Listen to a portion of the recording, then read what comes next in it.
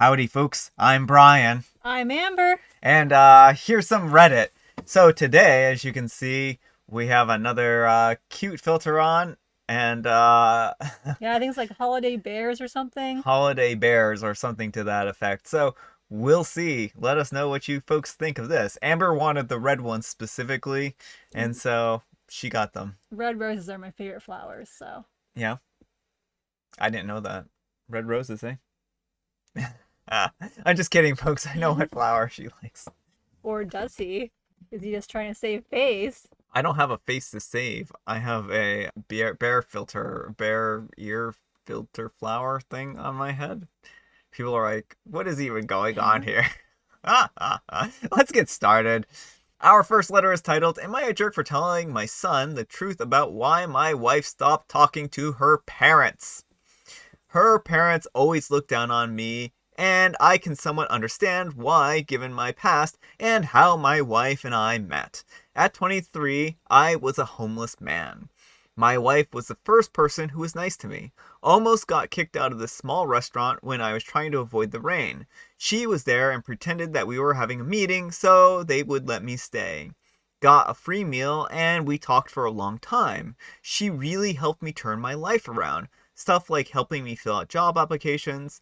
From there, we became good friends. 2 years after that, after getting my stuff together, first, thanks to her, I asked her out on a date. Her family never approved of our relationship because they thought that I was trash due to how my life was when we met.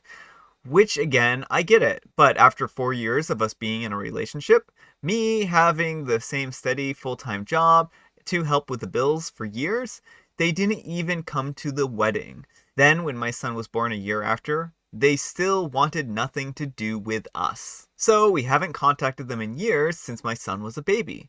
Now he's 16 and they contacted us out of the blue. They still don't care to talk to either me or my wife, but they are, quote, willing to put their feelings aside to get to know him. We never went into details with him about why we don't talk to them, and he's never asked much before. We left the choice to him if he would like to meet him, and he agreed to do it. He's gone over to spend time on several occasions in the past 3 months. Finally, the other day, he asked us why we don't keep in contact with them. To him, they seem like nice people, so he doesn't get what the conflict was. They told him that we stopped talking over a conflict that we had, but left out that they were the ones who didn't want to seek us out. So we told them the truth. My son already knows about my past. That's something that I never wanted to hide from him. We told him that they never approved of our relationship because I used to be homeless and they never wanted to be a part of our lives since then. He got mad at them and now they're mad at us. My son doesn't want to talk to them and they sent us screenshots of some things that he told them. No insults or inappropriate language, but just what he thought of them. And they think that we're jerks because they were finally building a relationship with him and we ruined it. Yeah, that OP ruined that. Yeah, that's definitely not how that works. From now on, my son says he doesn't want to be involved with people like that. We've talked to him several times, but he hasn't changed his mind. It was my choice to tell him why, and my wife supported that. Now, with how things have turned on, I wonder if I was a jerk like they seem to think that I am. No, OP, you are not the I, jerk. I love how they're like, you stopped us from having a relationship with our grandchild. Yeah, who we didn't contact for 16 years because we're classist jerks. Yeah, yeah. Like they chose to cut OP and his wife out of their life, and they know it's a bad look for them that they for why they did it. And Yeah, like trying to get OP to hide the truth is just nonsense. Like, yeah. and they still haven't changed their attitude about OP. Like they're still holding. First of all, people hit hard times all the time. There's nothing wrong with being homeless. There's nothing wrong with being poor. That's not a thing to hold against Well, someone. yeah, and he was so young too, 23, and so that says more probably about his upbringing than anything. Right. People have all kinds of garbage life circumstances that get thrown at them. And so, like, even if he had done something wrong in his past, which he didn't, like, they're still holding this against him, something that happened like 20 years ago. Yeah, at this point in time, it's a long time at this point. So they could have mended that relationship a long time ago if they were really interested in, having a relationship with the grandson. And they chose not to. They chose to be petty and, they chose to be the way they are to not have to have a relationship with them. And I And think that's unfortunate. well, they still could have chosen to mend the fence with Opie and his wife Oh, now yeah. too, and acknowledge that they made bad choices in the past, and like then just went with it. And maybe the grandson would want something to do with them if they accepted that they had been jerks in the past, Yeah. and they wanted to change for the better. But they very clearly don't see anything wrong with cutting Opie out because he was homeless at one point in his life. Yeah, and that's the really unfortunate bit about this is that they seem like they want their cake and to eat it too. And like, So, I don't blame the grandson for not wanting to be involved with this. I think the grandson has a right to know what kind of people these they are. oh yeah, You know, yeah. they were trying to give him this very warped picture of reality because they want just him. Yeah. You know, Well, and if you have to lie to make yourself look like the hero in a situation, then maybe, just maybe, or make lie to make it so that you don't look like the villain. maybe you are the villain. Maybe you are the villain. Maybe. Our next story is: Am I the jerk for telling my mom about a message her boyfriend sent me? For context, I'm a 20-year-old female and I received a text late last night from my mom's boyfriend.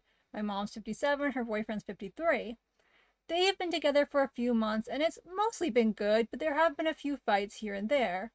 For example, a month or so ago, he was making jabs about my mom's weight, and that really hurt her feelings and frankly really made me angry. But he apologized and we moved past it, or so I thought. Dun dun dun. The other morning, they were arguing before they went to work, and I asked her later that day when she got home what the argument was about. She told me he had gone through her phone, and that really upset her because it was a breach of trust. I understood, and I left it at that. However, last night he sent me a message around midnight out of the blue. It was pretty long and kind of convoluted, but he basically said that while he was surprised my mom was a quote BBW when they first met because her photos were quote so beautiful, he's grown to love her as a person inside and out the more he's gotten to know her. Already a weird start, okay, but bear with me. He then went on to say that he needed me to know the truth and that my mom was actually cheating on him and that he loved her but didn't trust her. Now for today, and the reason I'm asking if I'm the jerk. This morning I showed my mom the message and she got really angry and showed me proof that he was lying and that he went through her phone for 5 hours straight while she was sleeping and found nothing but messages to an old hookup from 6 months ago before they were together. He then pretended to be my mom to this guy to see if he could get info out of him, which was really weird in my opinion, and also he got nothing. She ended up breaking up with him for trying to come between us and lying to me about her, but I don't know if I was out of line for telling my mom or potentially being the catalyst to their breakup, even if he was lying. Am I the jerk? Edit. I forgot to mention that in this message, he also brought up his ED and that maybe if he was able to have adult fun time with her, that she wouldn't have looked elsewhere, which she didn't. And also, your ED is none of my business. What an odd situation. And Yeah. I mean, this is so bizarre that this grown adult would, show her this message here. Yeah, like Opie is absolutely not the jerk for wanting her mom to know the strange thing her boyfriend sent her. Yeah, yeah. Like he's literally lying about the mom's OP. Yeah. And Well, this seems like a really manipulative thing for him to do. Like, exactly. he's trying to paint the narrative so that he looks like he's the good person and that the mom is actually a no good, bad woman who's, Right. I mean, he spent 5 hours going through her phone, texted her old hookup to try and prove that she was cheating, and and then got got nothing. nothing. And he's then goes to OP and is like, by the way, your mom's cheating on me. Like, whatever his motives are, they're not good. Yeah. He either, has very, very strong, like, I don't want to say paranoia, but is very concerned about being cheated on to a point of like, Well, yeah, I mean, I think that he is both manipulative, and I mean, this just seems like not a good relationship, right, and yeah, potentially verging on like an emotionally abusive relationship, if yeah. not worse. Right. I mean, he did breach the mom's trust in a Yeah, huge way, and that's grounds enough to just break up with him right there. Like he doesn't seem like he's a good partner. yeah, This is just like the icing on the cake of why you break up with him. exactly. Our next letter is titled, "Am I a jerk for refusing to paint a new mural in our bedroom, even though my husband asked me to because he covered my old ones?" When we first got married, I spent months painting murals all over the house. It took a lot of hard work, and they were the only artworks that I've ever created that were I was genuinely proud of. We separated for some time, and my husband had them all covered. More than anything else that happened back then, that hurt the most, but I understood his reasons behind doing it. I've started painting a new mural in my son's room. My husband asked me when I was done if I would be able to do the rest of the house. I said no because I didn't have the time to do the whole house, which was a lie. He asked me if I would do one in our bedroom, and I said no again, and he asked me if I wouldn't even do a small one. He got upset, and I said no for a third time. We had a fight, and now he's acting cold and distant. Am I the jerk? And one thing from the comments, so OP originally told him that about how hurt she was about him covering up the mural, and it just led to more fighting. So that's why she said, "I don't have the time to try and get him to stop." So So, I don't think OP's the jerk in this situation for no, sure. And I think that I don't understand why you would take artwork and paint over it.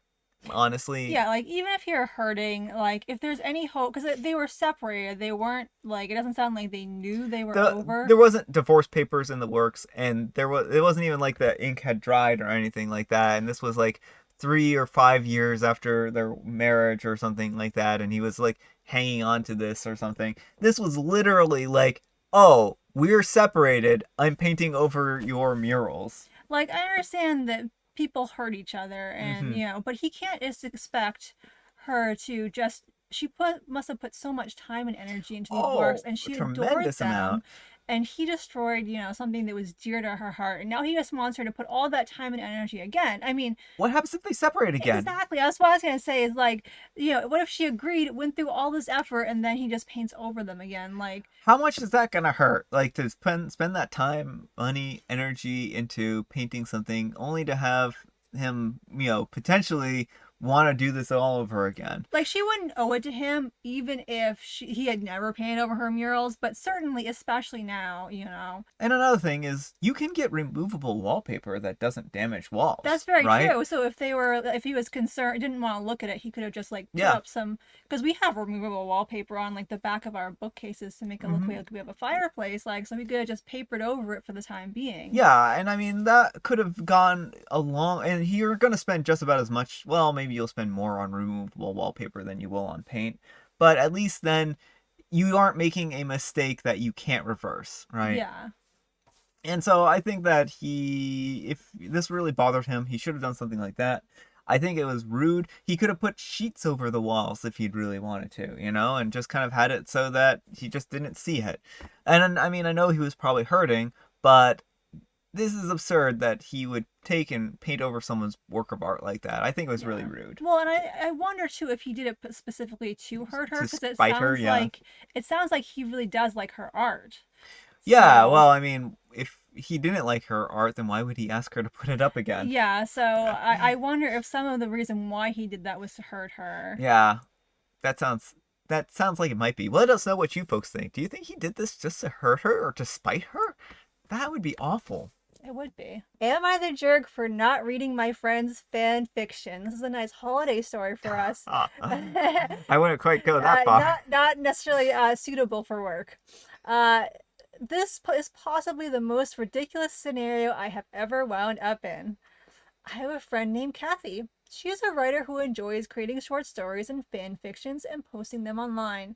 For a few years now, 2 to 3 years, she has asked me to read over her work and suggest any edits. I am normally very happy to do this. 2 weeks ago, Kathy asked me if I could look over her new fan fiction. I said yes, and she sent it over later that day. This fan fiction was different, though.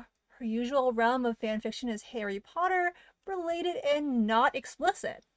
This one was about Santa and very explicit. At first, I thought it was a joke, so I texted her and asked if she was serious. She just responded with a question mark. I read a bit further into the story and just could not do it. Everyone is That's entitled. what she said. Everyone is entitled to their preferences, and while I would never judge someone for liking something I don't, I found it incredibly hard, no pun intended, to read the story. So I very politely and gently told my friend that she might need someone else to read the story. She became defensive very quickly and asked why. I told her the truth that I just didn't feel comfortable reading it. She now claims that I'm kink shaming her and says I have broken her trust and her desire to share any further work with me. I genuinely thought I was in the right until I spoke to another mutual friend who said Kathy had told her what happened and that the friend agreed that I was being a bit of a judgmental cow. I have 3 young kids and it's 9 days until Christmas Eve. Santa is a common topic in the house right now, and the images in this story are not what I want to be picturing when my kids are running around the house singing, "Here Comes Santa Claus." Especially with that last line. Yeah. I think it's a double entendre there, folks. Uh, I'm sure you got that. I was just processing it aloud for you. Oh my goodness. I don't think that the OP is in the wrong No, here. I don't think Gopi is either. I think if you want to not read someone's fan fiction in a particular reason and you have a particular reason for not wanting to do it, then you don't have to. Like, she was doing this out of the kindness of her heart, just being a good friend. And the friend's now taking this very poorly when she's like, well, I just don't feel comfortable doing this. Right, like everyone has different things that they like and different things that they don't like. I mean, if the friend had suddenly sent her a Western, she might still not, Yeah.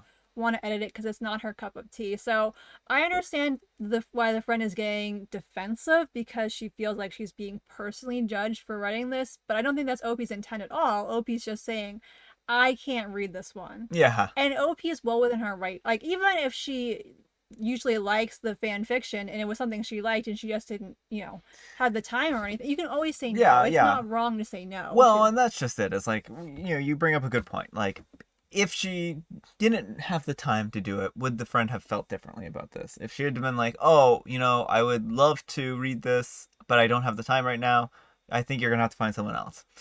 And that might have been, the friend might have been more understanding about that. But now when OP's like, I just don't think that I'm comfortable reading this given, like, the that I have small children at home and this isn't really my thing, and I don't think, like, you're going to be a bad editor if you don't care for the fiction, right? If you don't care for the topic. And this was so far outside of the realm that the friend really should have asked ahead of time and been like, oh, hey, I have something that's really different from what I'm normally working on. It's a little bit spicy. Yeah, um, would you mind still reading it? exactly. That's a great point. Like, I think that if you usually write a certain thing and you have someone you send your writing to and you've written something completely different, you really should give them a heads up first and see if they're still comfortable with it. And so Yeah. that's where the friend really went wrong, was not being like, "Hey, I wrote this Santa thing. Do you want to read it?" And like explaining that it's explicit. And then OP could have said at the gate, "No, thank you," and that's not really my jam. Yeah. All right. Our next letter is titled, Am I a Jerk for Making a Joke About My Friend's Sixth Wedding? Throwaway. I'm a 54-year-old female, and my friend Deborah is a 55-year-old female, and we have known each other since high school. Deborah recently got engaged to her boyfriend after dating him for 2 years. This is going to be Deborah's sixth marriage, and the wedding took place today. I was supposed to be her maid of honor again, so I was looking forward to it, but 2 days ago I called Deborah and told her that I won't be able to attend the wedding. My ill mother recently broke her leg and needed someone to stay with her for a little while. Deborah was a bit sad, but she understood my emergency situation. She made a joke about how she'll have to drink double the wine to make up for my absence. I chuckled and joked back, Don't worry, I'll just come to your seventh wedding. The call then went dead silent and she just hung up on me. A few hours later, I received several aggressive texts from the bridesmaids. They said that I was a bee for making such a cruel joke and that Deborah had called them crying about how I had made fun of her. I feel bad and I'm wondering if I went too far. Am I the jerk? I'm gonna disagree with Reddit here and say, yeah, that kind of is a jerky thing to say. Why, I don't know why Reddit would say this is not a jerky thing to say. I mean, like, I'm surprised that there's no jerks here type of thing. Right, like it's not like the two jokes are. I know the OP was trying to joke back, but it's not in the same league because I'm assuming she's like thought that each wedding was going to be the one that worked, and so basically OP's like, oh, it doesn't matter. Like this one's not gonna work, and Yeah, like yeah. even if there's a good statistical chance it won't work, that's not the kind of thing you say to the bride right before her big day. No, I think that was rude. I do. I really think that it was in poor taste and they should have used a little bit better judgment. Like the joke originally was so this wasn't a so a good joke isn't at someone else's expense, right? When Deborah said that, oh, I'll have to drink for both of us, that was at Deborah's expense, right? Then OP turned this around and made the joke again about Deborah. If OP was going to make a joke, they should have been, I think, more self-depreciating in some way or another. And not that like all humor has to be self-depreciating, but generally, like when you're making a joke at the expense of someone else, it just is not generally a good way of going. Yeah, exactly. And so I think it would have been better just to, I mean, if you don't have a joke in the moment, then just, you know, laugh at Deborah's joke and be like, well, I hope you have a great time. But I really think it undermines her wedding that she's about to have. And Mm-hmm. again, even if you end up going to a seventh wedding, then just like, that's fine. But you don't have to like basically tell her, yeah, your marriage is doomed. Yeah. Yeah, everyone probably knows that there's a good chance of that, but like, Why? maybe Well, this will be the one. I mean, yeah. I have one relative who's supposedly been married 8 times, but she's been with her current boyfriend for like probably like a decade Yeah, at now. least a So decade. At least a decade. yeah, so you never know. This could be the one that works. Yeah.